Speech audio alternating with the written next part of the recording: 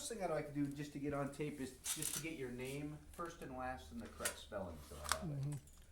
So I'm Keith Duppenthaler, but I go by my whole signature is F. Keith Duppenthaler. I'm a DDS, a dentist. So it's Keith Duppenthaler. Double P. Mm-hmm. Double P. Huh. So you grew up in Tacoma? Tacoma, yeah. What did your parents do in Tacoma? So my dad was a planerman at old Henry Mill and then other mills too around. He moved around some, but he was a planerman all his working life. So did you have to move around with him, or did he move from mill to mill? And Well, he did most of his moving before I came along, but so we stayed in Tacoma all the time. I was, and then during the war, or right after the war, he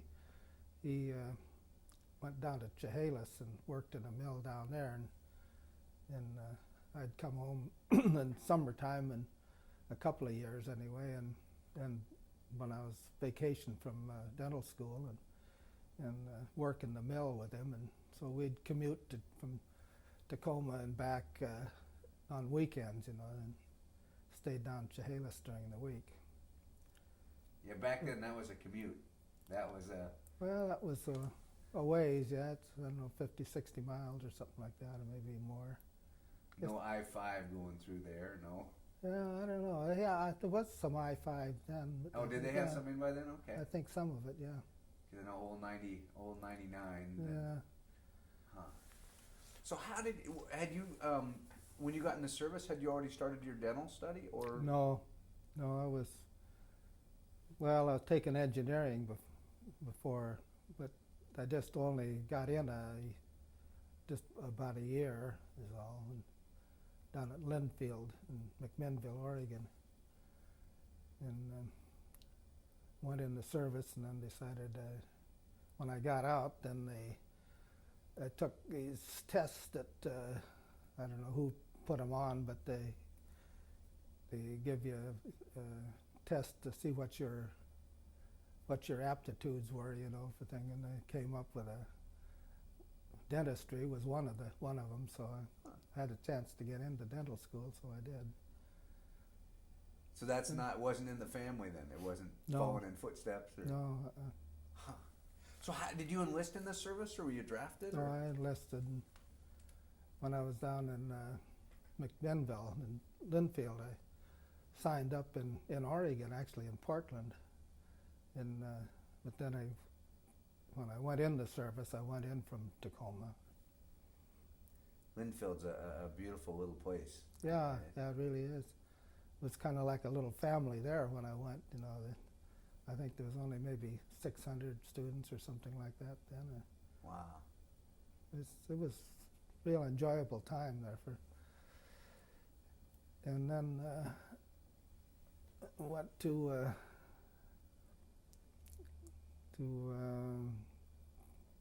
Lincoln, Nebraska for kind of indoctrination, and boot camp kind of was it. And then they were having so many applications for cadets at that time that they had to kind of funnel you into Santa Ana, where we went for the pre-flight. So we went up to Bozeman, Montana, at the university up there, and I was only there for about 5 or 6 weeks or something like that. Then I went down to Santa Ana and then through the pre-flight and then on to basic, primary, basic, and advanced. Did you choose Army Air Corps, or how did you get into flying? Was that an interest? Yeah, I wanted to do that anyway, but so I was going into aeronautical engineering, although it was just kind of basic engineering when I started there. So had you done any flying at all before getting? So you had to start from ground zero. Yeah. Then. Yeah, but Bozeman we got like 10 hours or something in like Piper Cubs, but just kind of an indoctrination thing. So we almost started from scratch when we got to primary. Now, are they weeding people out all along? Like at Bozeman, you did the 10 hours. Are they kind of saying, "Oh, nope, you'll never be a pilot"? No, they didn't do much there. But they started in when you got into primary and basic, especially. They started weeding you out there. But most of the fellows went through all right, it seemed like, that I was with anyway. How extensive was that training? Extensive? Yeah, I mean, were they rushing you through, or? No, it doesn't, not really. I think that was, what was it? About 3 months for each phase there, I think. And you got pretty good, a lot of flying in when you were in primary, and then basic. Primary, you started out with an instructor, but that was only for the first few hours, and then you soloed, and that was a big event, and then he'd just, once in a while, he'd fly with you again, but most of the time you were flying by yourself then. So when you did your first solo, you did it in a small trainer? Mm-hmm. PT-22. There's have one flying around here, and every time it goes over, I can remember that, because it has a real distinctive motor sound, a put, put, put, put, put, kind of, Is that a fixed gear landing, or a fixed gear? Okay. Yeah, but it was a low wing monoplane with fixed gear. Boy, And I flew some the Stearmans too. They were a biplane, but mostly the PT-22. So how old were you at this time? Like 20? I was probably 19. Something, I think it was 19 probably doing most of that. That had to be pretty exciting. To be a 19-year-old kid, and yeah, it was really. I really loved it. It was just really a great time. A lot of good pals and everything. So did you, from Bozeman, did you follow a group down to California, or? Yeah, that group that was in Bozeman, I think we all went down together probably on that. But that was, I don't know, maybe 100, maybe not even that many, but we went down as a group, and then we got put out into different primary training schools, and so you might not stay with the same guys all the time, So what all? Because you're not only having to learn how to fly, but you're having to learn the military and everything at once. Yeah, and you learn. You have ground school most of the day, and pre-flight you were doing at ground school all the time. You learned navigation and code, Morse code, and all kinds of things. Then when you get into primary, then it's mostly flying and that, and the same in basic and advanced. You still have ground school, and you have in advanced you have especially aircraft identification. In fact, they had that all the way through, where they flash the pictures on the screen, and you have to identify them what plane it is, You get pretty good at that. Well, yeah, we got good to where we could pick them out pretty well, Nowadays, they have all these flight simulators, and you can go into the computer and do that. Not like that back then, huh? Well, we had the Link Trainer, which is your instrument. You're in a little box-like thing, and you fly on instruments, in there, they have different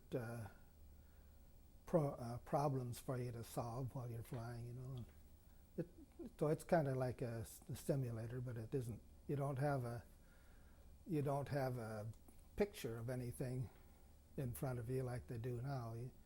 You just have your instruments, and they'll tell you whether you crashed or not.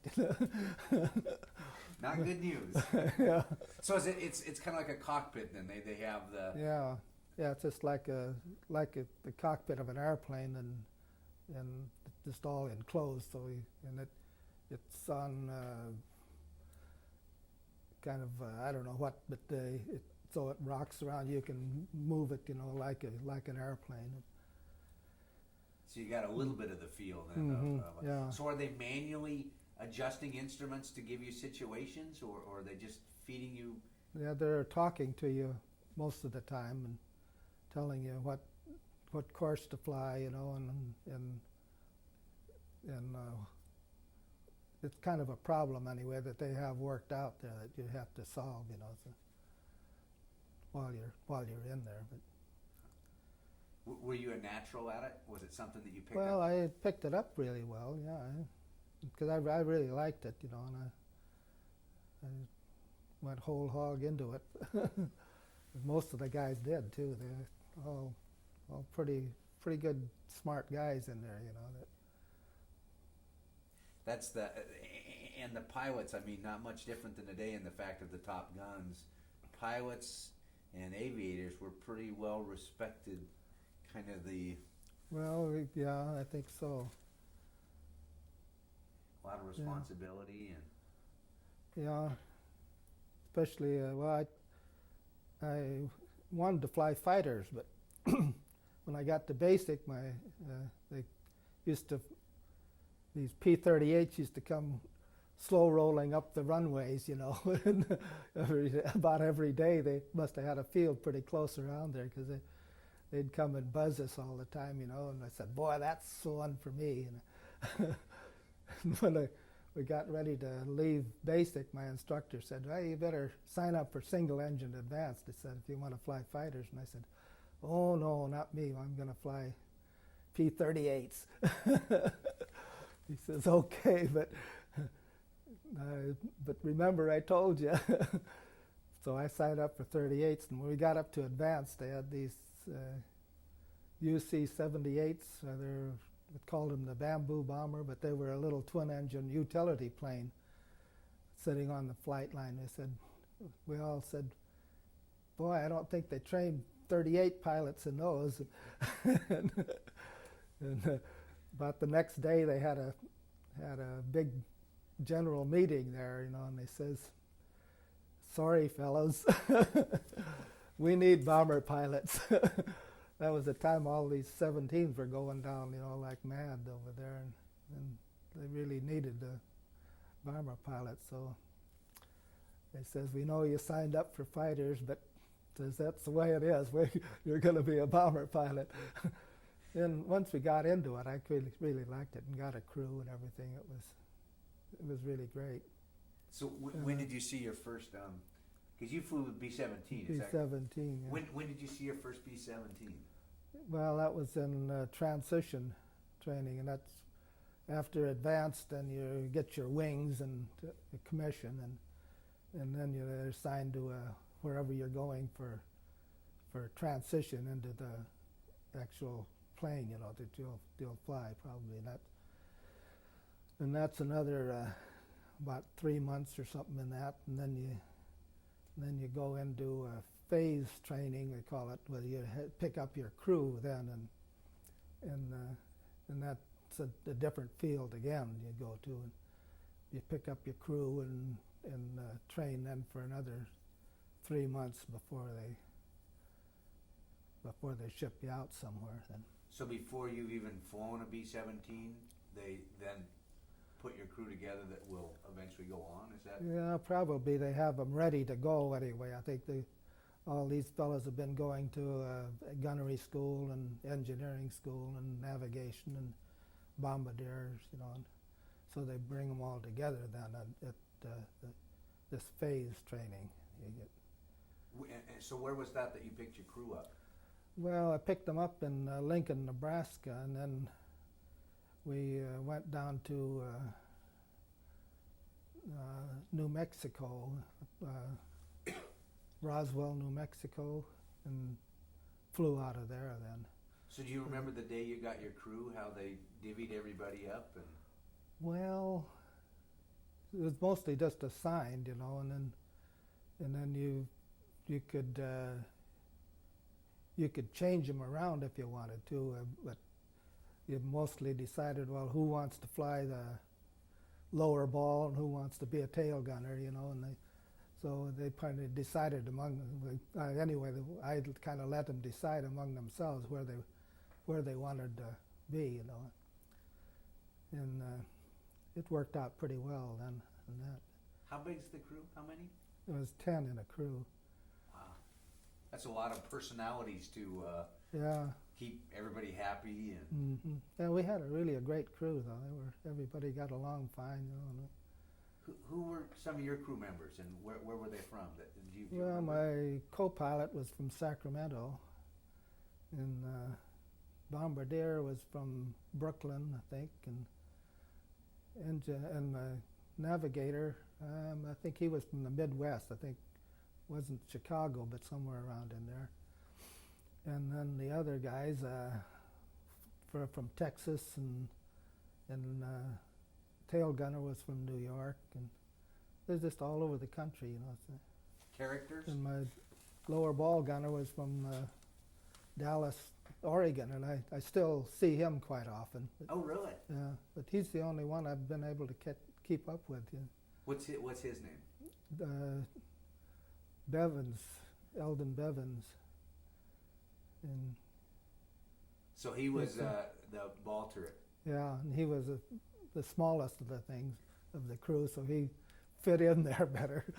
Yeah, I hear there's not a lot of room in the. Oh boy, there isn't. Yeah, I've been in it quite a few times, but boy, you just have to sit with your legs all crunched up, to you, and it's not for somebody that has to stretch very much.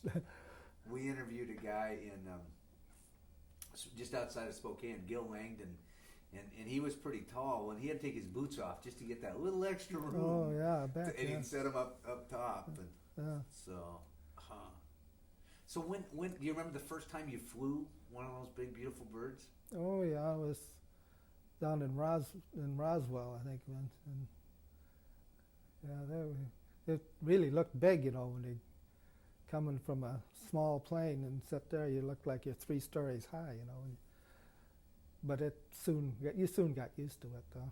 So for somebody who's never been in one, tell me about a pilot getting into one and what it's like when you get into the cockpit. How do you get there, and what's it like? Well, you have this hatch under the nose, and kind of that you have to grab like this, and then you just boost your feet up in and pull yourself up into the thing. And or you can go in the back door and walk through the bomb bay too. But most of the time we just pull up into there from the little hatch down below. And that's bringing you up into the cockpit? well, it comes up into the forward compartment where the navigator and bombardier are up in there. And then you just go up right into the cockpit with the 2 pilot and co-pilot seats. Are they big inside? What's it like in the cockpit? Well, they're not very big, no. We thought they were big at first, but then there isn't too much room in there. Now, is there a specific side that the pilot sits on and the co-pilot sits on in all of them? Yeah, pilot's always on the left and the co-pilot on the right. Is there a reason for that, or that's just the way that it? Just the way it is, I guess. Huh. And tell me about gauges and things around you. What's all around in the cockpit? Well, you got all kinds of gauges there. If you have 4 engines, so you have a gauge like for the oil pressure and temperature and everything for each engine, and RPMs and 4 throttles, but the throttles are linked so that you can push all 4 of them at once or individual ones as you want to. Are they hard to work? I know. I know. So they're pretty easy to. Yeah, it's easy to work. What about firing up the engines on one of those? How do you fire them up? Well, you just have a starter thing, inertial starter that you push, you know, and then it'll start the engine going, and then it goes faster and faster till it takes off. And you have to have your instruments set, you know, for the starting. So you start one at a time? Yeah, you start one at a time.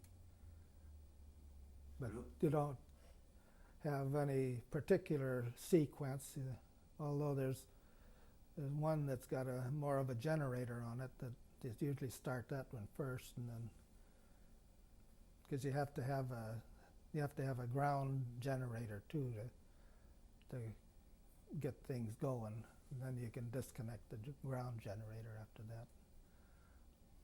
So besides your crew on the plane, did you also have a ground crew? Well, there's a ground crew, yeah. Is that the same one all the time, or just that's whoever's? Well,